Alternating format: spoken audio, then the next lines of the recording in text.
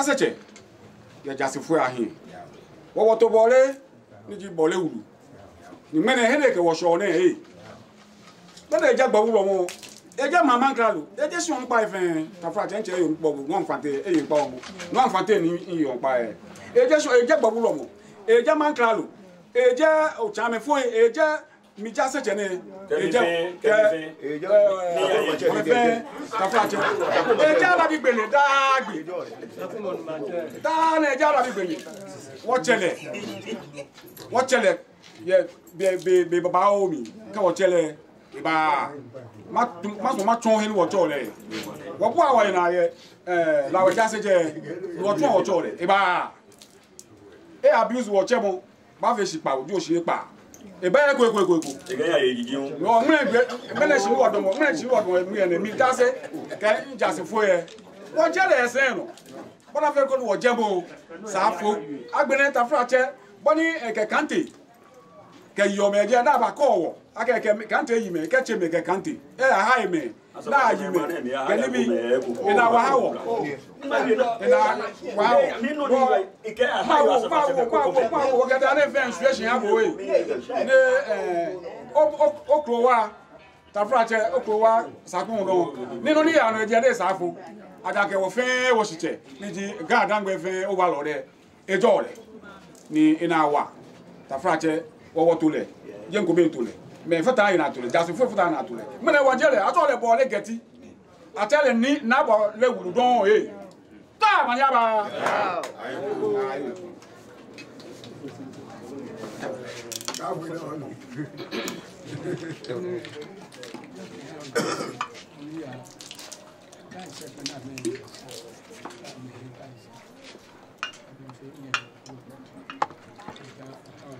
Ago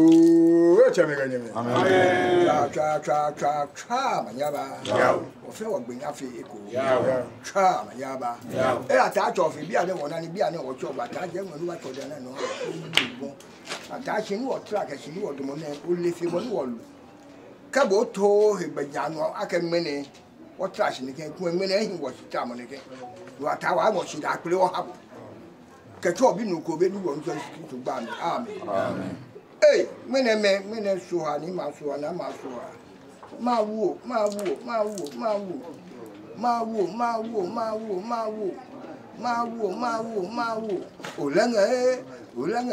Olenge bi olenge tolo bi tolo. U ja kin yo ko flo ja kin ko gun. Ma wo, me.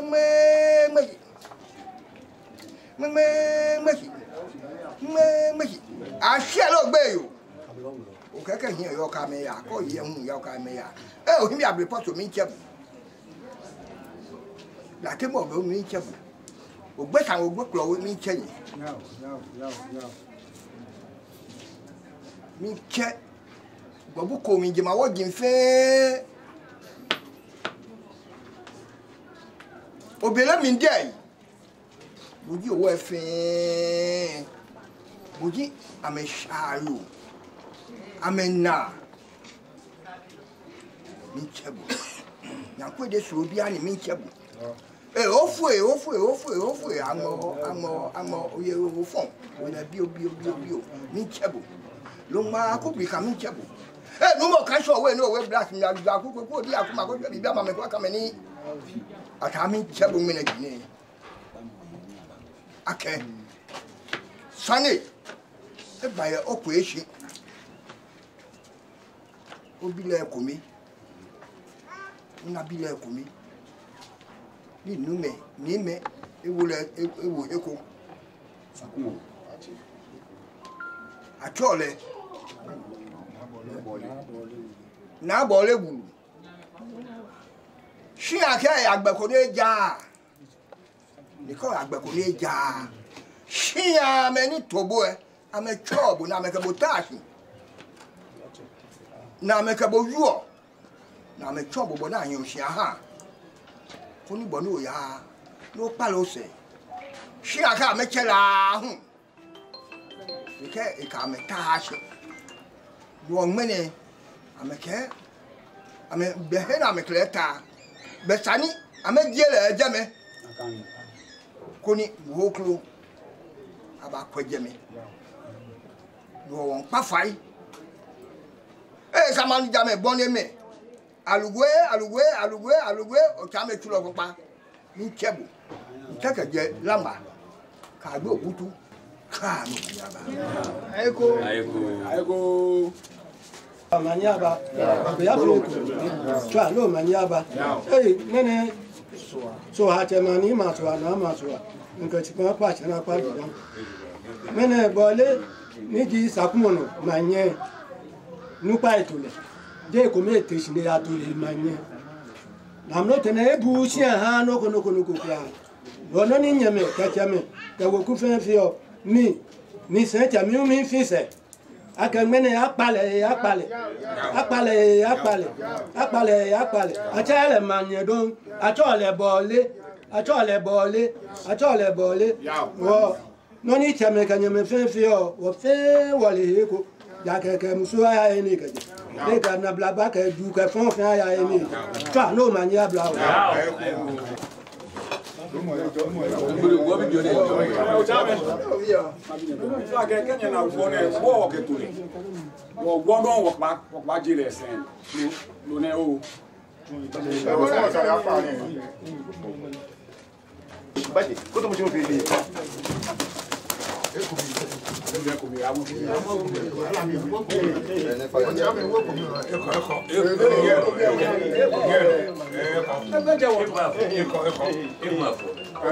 Chiche gente jole. Ke bankralo, mankralo mi di obrimpon nungba. E jole. Ni bawona. No awo. Agba wo chele several times e ba. Wo fani ma e mi age cheme bi ma to tafra che na ngam gbani ma bi sanjin fo ja ke adafi chale wo san bi mo be pie fi o pinpin fi o anatu fi an o. E fi age kaji chefo bi ni che boni wo ite mu eni aja bi le shan ale na ken han ale. Wo nye susu wa ke nye cheme boni nye wo nye ite mu na kan na boli wulu e shan ale han nye. Wo susu na kan shiji ko chefo gbeko be no jole. Bo fia bo no che yo o cheni. Isa no jo che. Jamo no ni wo ba na ni for he yumoji sakumo no shipon. E ga nyen folofen nyen ho agbere nyen chifa. No jino ni gbe na na ewu oye e na jamo ni. E fia mi ake fa ni oje mo nyachi. Shi abo fa amane wo ta me ko akweko hinwe. Wona ke egbede ekomi ni je sami. Mina ke nokoto waste water. Lo nuni je machine ami. Le chon gota ke buti sakumo no mi ne balake ta frache ma onukpa fen le heku aka aya na ajie mi ko ninu anya ho shi mboko yakoko shikon je ehoko shika wo kwa video snake send ke picture snake send on ake grade down chichin and chishia ke ni bi je anu kwale ni e fe ma ke grade send yo je ke mene excavator tin gota mi ne gbo eshuoshi shi echi fa ni oje wonye wochi ke wochi wono wana sande no achi fa o grade ani oje echi shi ake hwe sponge anu ejeme he ni me a waste water jo lo nuni he yin ajo jemeje ni achion ke ya ni sakumo no manye ni aka pa le ne bon oyo fo mi ewo mo denche leko usu na fi ale kan bi fe leko lo ni nu ya ke si eche sakumo no manye njo e shock me si ni bi mi il de se amete me comme fait no il accepte wo ni wa accept bien na kan pale egwa mo na pale le mfise wa mfise ni wo 101%. ni wo ya ke eje egbomo ni wole bo wa ka iba manhe famo ako fam manhe wa ke bala ke kule aka fi ni aka ho shipon aka fi ni ko fam manhe wa kwen ni abole wulu ne wona la ke infan gadangbe wa infan nwa wa ichon tanye taya anye ni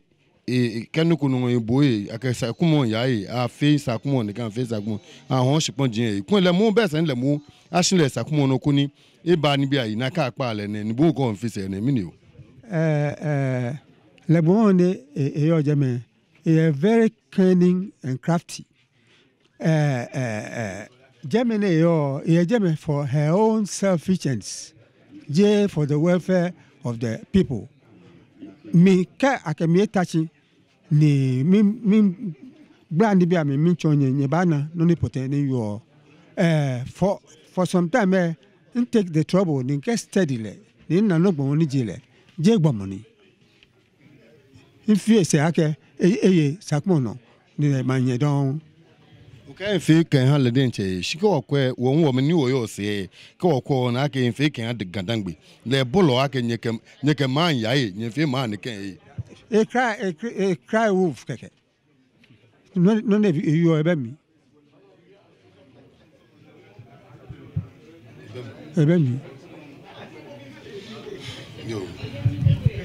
yo ofan o ye no kokunu ba you don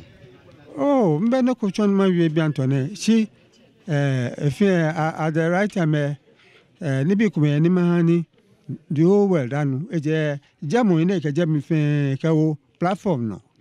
smartphone ne no ni moko jako ke be na for mi moko jako mi na kan ye je ne mda si jamu ne jami wa kwese sane ka da research je ke tente finish Ijabu denche. Ijami denche. Iye bi ni banye elele. Iye bi ni banye elele. Se nke no ko bi antone. Oni o fano gbe. Ni ala bi jingi. Ni jepa. Nuwa Mankralo. Mno nji Vice President of the Nuwa Traditional Council. Ni stool ele huwe Paramount stool ni. No mi denche. Passport ni here denche eyemi ake Paramount chief jimi invitation na ha mi keje state protocol fe Mankralo and Paramount chief aka aha mi kumono ni jisa kumono manche ni ala bigbeni lenche etabi ene okleba wi ni o fa mo ba manje jura bla o fa yo mo na yo ne ke npa na ye na ka oyeko aso bo ho fi o se ake apa o manye fi o se ojugba denche ake akpale okele nye nuchumo mi ne ya le jugba ni balaka akpale ne nkelebe nuchumo po no maga ke ya lo jugba kelebe nuchumo le bike benoni ekeba sakumono ye beno papa atolera ni bajemi atole si sajin bibi yemi ni tamo bi question ne do jino ni ha eneke maje ne bi ba ake he meje na ba tole nka me wa me tu no ake npele na me tole eja ake membi ni cleansi ye nshia en le suban do keji na kan ko ba fi ata ta flache moni yo juba ma nuchumo je nuchumo bibio ne nuchumo na kesho the whole community sakumo na bone dale gbeme ni yo ni wo sana meta moni banya tune ke nuchumo ne no da na mba ha me poinhwe ono shi si fe ametu abete no abe fi kusu no te ya na lawyer ni bola mane no in han lawyer hunma hemeji akeni na me fi yo eke sani baba ha no ma ke kana ma mu fe to boni ba no mene ni ejo no jenge wi ke Ghana fe ke jile fe miele ke mi chon taku ta flate nche ni beji pujanje ejele go mi ono shishi no je mo ko ni ba ke mba fi ko bi e ke mba chuni e be bule ke ami e bu mi nka won sipon ni pinle no ni usmo ni ukla chuni ila ke ko won sipon ipinle e ke nye won bo fatai nye won sipon je fe jeme nye nchifa woni ipinle be no to o ta won ukla chuni ani make bunduko ke ole sakono sipon shikamo sakono sipon no wa manu ni ono shishi si government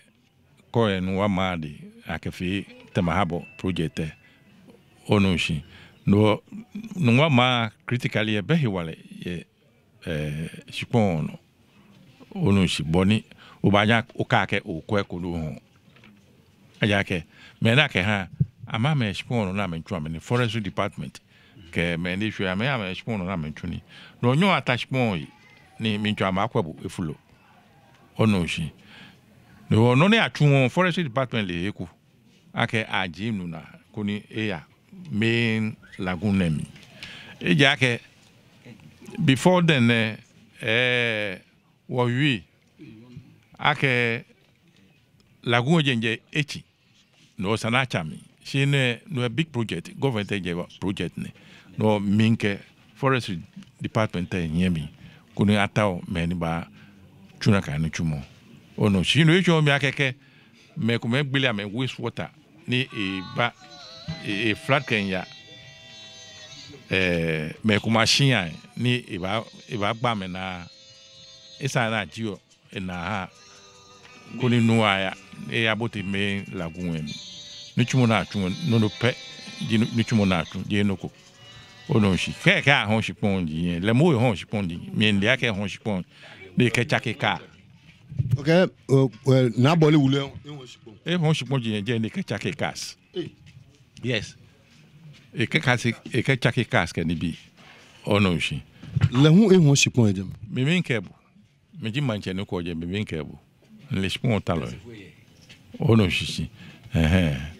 ne wo ke ya wi na ka no ko le bu na ke ekule no fi press ni o ba hilo ye shimi hele ye de ake meji manche no ko ye me meji ne mate sobojo sakmonya adano dimi ami ko se jeme nyene nye ye lejon lo kwa buni mache wala wa lejon yo ne sakmonya lo kwa buni mache akange pa minimum ongedinge amu isu ejaga no come pengale jole bengba no kepio keno come ka ayabuso iko ake awoni la emegbe ma fi ame pankeni no come agbe ome ko da gbe mi na gbo no come wa nu kan agbe ome na gbo ko iba bo niyan ni alabigbedio iba bo ka ni come no ya no ni edo me ko yo enu amatoega ko mbo to no achemi ke ma bayo ko re ibayo ni na deji ange pa kona nge pa mu pleno physical pa bush zugba na nge dwayo ne ken sungbe nge zugba dwa lo ne nge me pa fiayo ne wa dwe sugba ke wa sugba dwa ngonya ne bale jo wa dwe sugba eboa le bo le wa nu kan ke sugba dwa se wo le wa dwe sugba ne ba won ebe ke wo wi ebe wa won ye ebe wa won ba je sigan kan keken ebe wa won ko na moto na ke wa ba ne wa ba ake ange pa lugo nyenge pa chinyo pa le ibaka gota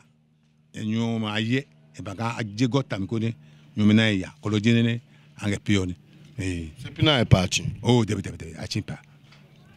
no ne pio nge dio lakpa enyango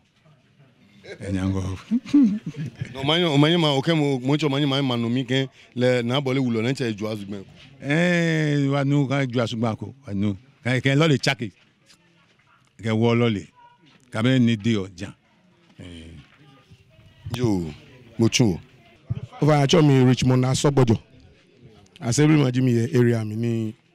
wo papa hunji moniba na nuwa medania mekeje me hale ni ko se jeme o fa ne assemblyman oke manye tinye ni chimo efi haten o manye le ke mi chuni kra first ne baba jeme poe echon mekumano ni ebani ami ni keshin temo manche ke ni alabi ji monike ebajeme no ni mi po nke la ke na kan le wonu wa keke nu wanyo jile wo Sobojo bi ke nu wa me wo fio ni komi no wo ibabi meni amekele ba ke jeme gbeye jeme ni abanya ke jeme eko ye ni abakela achegol because e keshin aje ni bi ya shama ebo ewuji dankwe no wo eni bi ye agbona ni unu ke nyumbo se ni bi eno no jeme nke we bi na meke o eko na achon le jeme ni yo jeme awonye mo nya le eko o fa ne jo ho ni ba yin na wo le manye ne wo ka nye kele chu e kem chu ni gra because jeme ile intention ke ba jeme because eni bi fe mo ina ke shipon ho mo ke ni bi jile ejumoni ke ba jeme chake e ho shipon exactly because e fe ni bi people ni what a police station put down ke to mo ke male ni ja se ba jeme ni ke la ke shin wo ke o fe nu ke e han me ko me bush allowance ni ke la ke o ba jeme ni o fe nu ko to mo na kan e sa no dwe sakmo no bi hu ai ja ke shin o ba ho chiko no ba ke o han me ko me bush allowance it doesn't sound well she was so bojo bi ani wo kwaje me sa ni bo o dwen wo yi ji bush allowance no le ko le ba nye explain better wo ochon ake Germany yo ake manye ike to enjoy ba kra ke to enjoy ba because many ame ya bushe me ekwe o nupase ekwe lo ekwe jeme ewie lo ni many ame ya bushe me ko many ame hu ye jeme me ko many ame ya fa lagoon ni Germany ame chon hu dani le ba me ko me hu ya excuse me say ni ase ye jeme dani le ba jeme no le die nche ke fie ya ni ase ye jeme but suddenly lenche ya ni ase ye jeme she suddenly ni se ne ha wole aka nye ya ni ase jeme ewie social media ke ni bi ni to ka ke le nche fie ku be ngele ewie ni ngela gashi ona ya ni ase ye jeme because ke no ni eja ke correct ni be ba na ke no ni mimi yue an kwale ni ya ni ase ye jeme ni all of a sudden e ba keshi e ke me hu ba jeme ni ke me ya me na ke leji manye ye jeme fe no mi ni me ni ala bigbe ni o ba bi le ke le to ko manye no e ke manye jile shi leji moni ko jeme fe le shipon fe no ni e ke me ya chon ake ta ni ba ho ami no ke me ko me ti jeme amenu ba ho shipon leji the owner of the place no ke no gwe be aba ha information ke wo te bi mo we ekeje anagbe langas ke ni bi ni e ba jeme first time ni e ba ma mi e ke kakra boy ko achole ile ake baba na ke kwen ke boy e ba aje je eje shin wo chola aje ni e ba attack le ke kakla ye ye mami before ni bi ye ba no ile ake to ni e threatening Sakumo no village because e han me ba han one shots ye mami e ba han one shot within the school premises say ke ni bi ona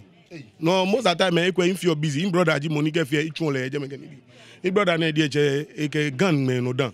no me assembly man ke mo ko ba han one shot am je woman na jeme kenibi fe no na kan ni dey che han Sakumo no bi dey che am me efun mu that ni recently nye ba na ke attack any police arrest or police big member ni efe news ke ba City FM kenibi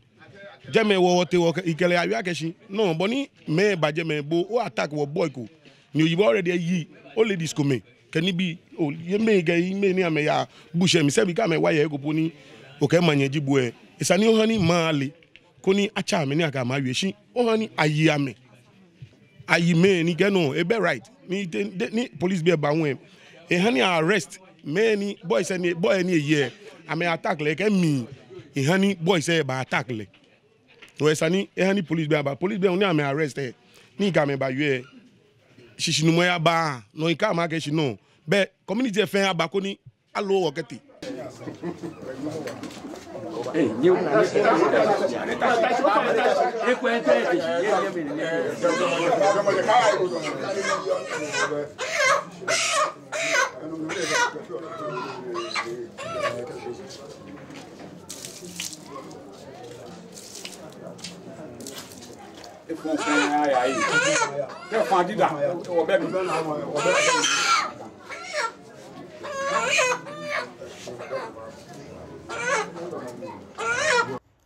ta flacha kena atomi afuloko loi nino e won sumo ni mokoto mo ba chile inseke ahin meji abo mi ewo incho fa isha kenken na de ba mashi ni nibi na ken ba kweno jupa bona fe ke mokopo aje se na tumi na kan ahin meji abo mi hin meji den cha akumi se lele nke na ne ba mashi nye fe nye le no ne te no social media iwe pi ni ma waste mu time 4 acres are located for community project ame ho ame yi nke junction ma no ka me court this same baburo mo ne ni egbe ba jenu ne hye mi ni imbi e can be imbe mi kama court file mo junction yo say if any can okay be mi ba mu ni ntengo ni ntwa lawyer ni nke lawyer keke la wi ko ne fe le na sane na ke file injunction I'm ready to pay ni wala ke lawyer ba wi ni ke lawyer ke bi oji mi ni ji gboburo mo ne ni wa file injunction ne lele lawyer ba file akele ba first plaintiff was two father ni ji numo sam prempe di second plaintiff mi po ihe na ke mi awo mi until ni le gboburo mo e ba je what they cut down to 2 years benima na egma ka ba cut ake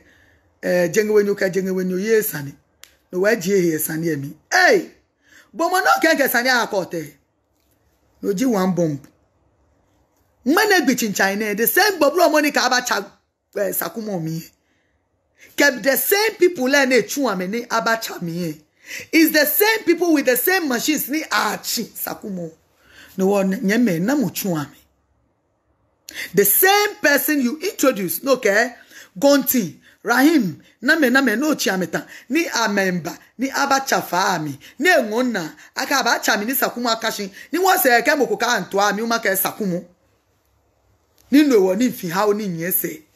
ni mi aton fa ahimbe ni ofuro mo ya yenpai bona fe ni machine anya acha mi na yenpai atan kusumi ni ose ni ofuro mo chon ame ha fe kra na bon faachi fane chine nyefenyele ni babon eblomu ibabon bo ye plamane no jingmene bitin China ya teshin aga me ka pa mi nyekpa ya fu na me fu it's not sad these people are fools they are touts you don't need to cry for them amekengmene not yesterday today lebine no atwami wo ye ni chunkusunwe na ba to mi ni ji hia wo ye eko no ntwami ka me ka akpa mi hey my daughter don't cry your mother is a strong woman these people they can't do nothing amenya amekpa mi I want to tell you guys kenye nkwemi ne kenye kuku na kaka fucking people we niji stupid asshole that stupid group niye kenye nkpa mi look I want to tell you bonja secha tutuntu bonja secha audios ni maba try Facebook ona obanya fe wo ni okami akeshi kaji no kwe happy ni mi chanye nyenye babia because she abeloli no akaji sane ko eba yesakumo no ni mi nche nyenye ba nyeme emi aye 4x4 Kia Sorento gbomoni in way dey dan nke am actually God knows na me no me jense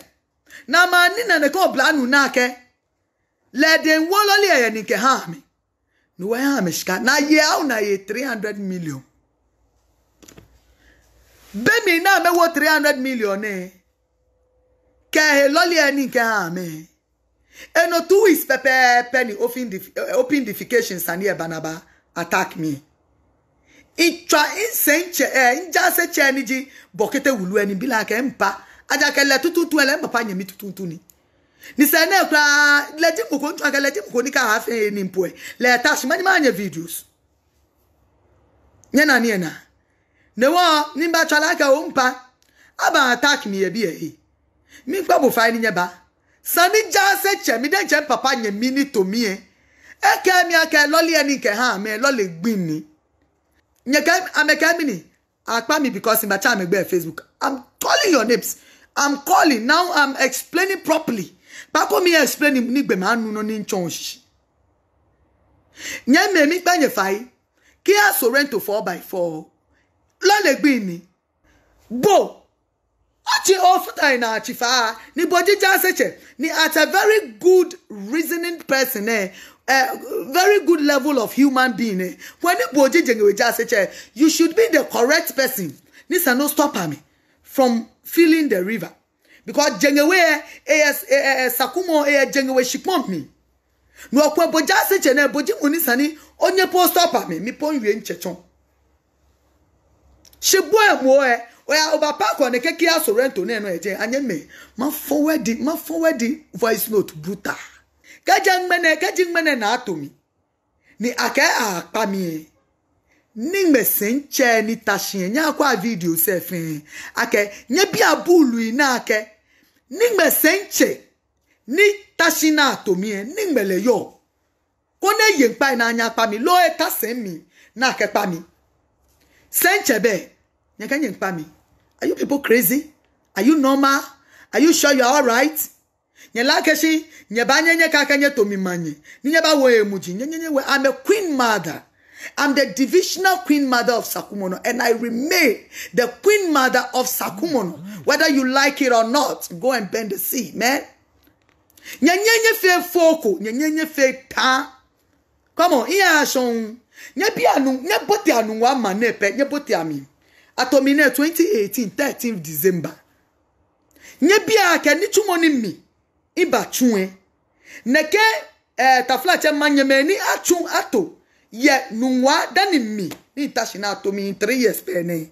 manyemena to dana ato mi enye bi ake amechu ekolo fucking people mimba manye document. You are disgracing the entire Gadangme. I'm a legitimate queen mother with documents. She ani to me and she fair document ami Dani abato mi manye. Family is aware of my position being a spiritual person.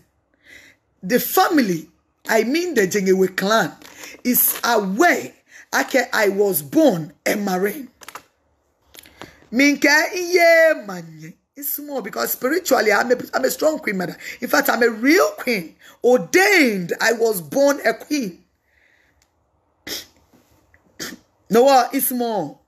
Weku fear oni noeshe neke bena me fear efemi ahunto anukwasani. Ibi okay, thank you. You can join. Thank you. Ibi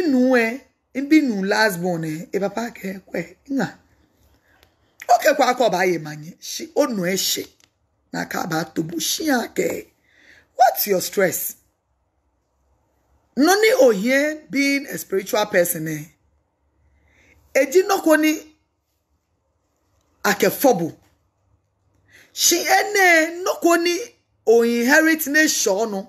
ni shi ake gbo nu eshe. Why are you running away from it? Okay. Lele mba accept.